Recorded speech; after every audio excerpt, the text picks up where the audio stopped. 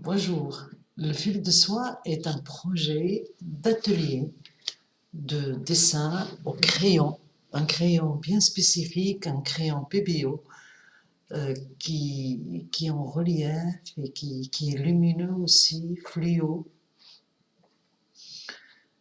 Et aussi, c'est une exposition, un projet d'exposition universelle dans plusieurs pays.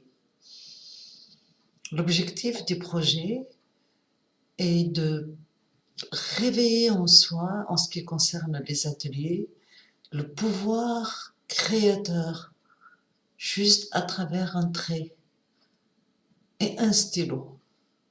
La matière en relief et le côté fluo excite davantage la créativité en nous et crée l'enthousiasme aussi parce que d'abord on ne connaît pas beaucoup, c'est très nouveau tous ces crayons, mais aussi ce volume qui se forme autour de la main et sur le papier, ça permet on va dire, d'arrêter le mental pendant qu'on soit épaté par ce qui se passe. Et c'est cet arrêt du mental qu'on cherche pour laisser ce trait partir du soi intérieur et s'améliorer au fur et à mesure qu'on avance dans le trait, dans le dessin. Ce n'est pas l'art spontané, il en est un dans le sens où on ne commande pas la main, mais il n'est pas aussi spontané que ça, parce que il est un peu comme l'exercice physique. Quand on voit par exemple quelqu'un qui est en train d'escalader une montagne, ou qui est suspendu, les bras suspendus sur un fil, sur des hauteurs, il est en train de progresser sur le fil. Donc on dit que c'est spontané, oui, en effet, parce qu'il va y aller selon l'élasticité du fil, son corps et tout. Mais il n'est pas aussi spontané que ça parce qu'il est dirigé par un travail intérieur. Voilà. Donc les premiers ateliers vont bientôt commencer au mois d'avril. On va faire des ateliers essais pour voir si ça plaît, si le sens de l'atelier est bien saisi. Ça, c'est ça en ce qui concerne l'atelier. Maintenant, en ce qui concerne le projet d'exposition universelle, et dont les participants à l'atelier sont invités à y participer donc par leur travail pendant ces ateliers.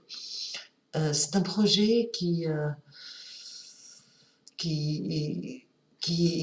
allie à la fois le visuel, l'auditif, le kinesthésique, c'est-à-dire la compréhension, la jouissance par le verbe, par le toucher. Et on peut même rajouter le côté olfactif et le côté gustatif. On a 5 canaux sensoriels d'acquisition. La vue, l'oreille, l'odorat et la compréhension, et aussi donc le gustatif. Et quand une œuvre d'art est construite en toute harmonie avec ces 5 sens, le message général de l'œuvre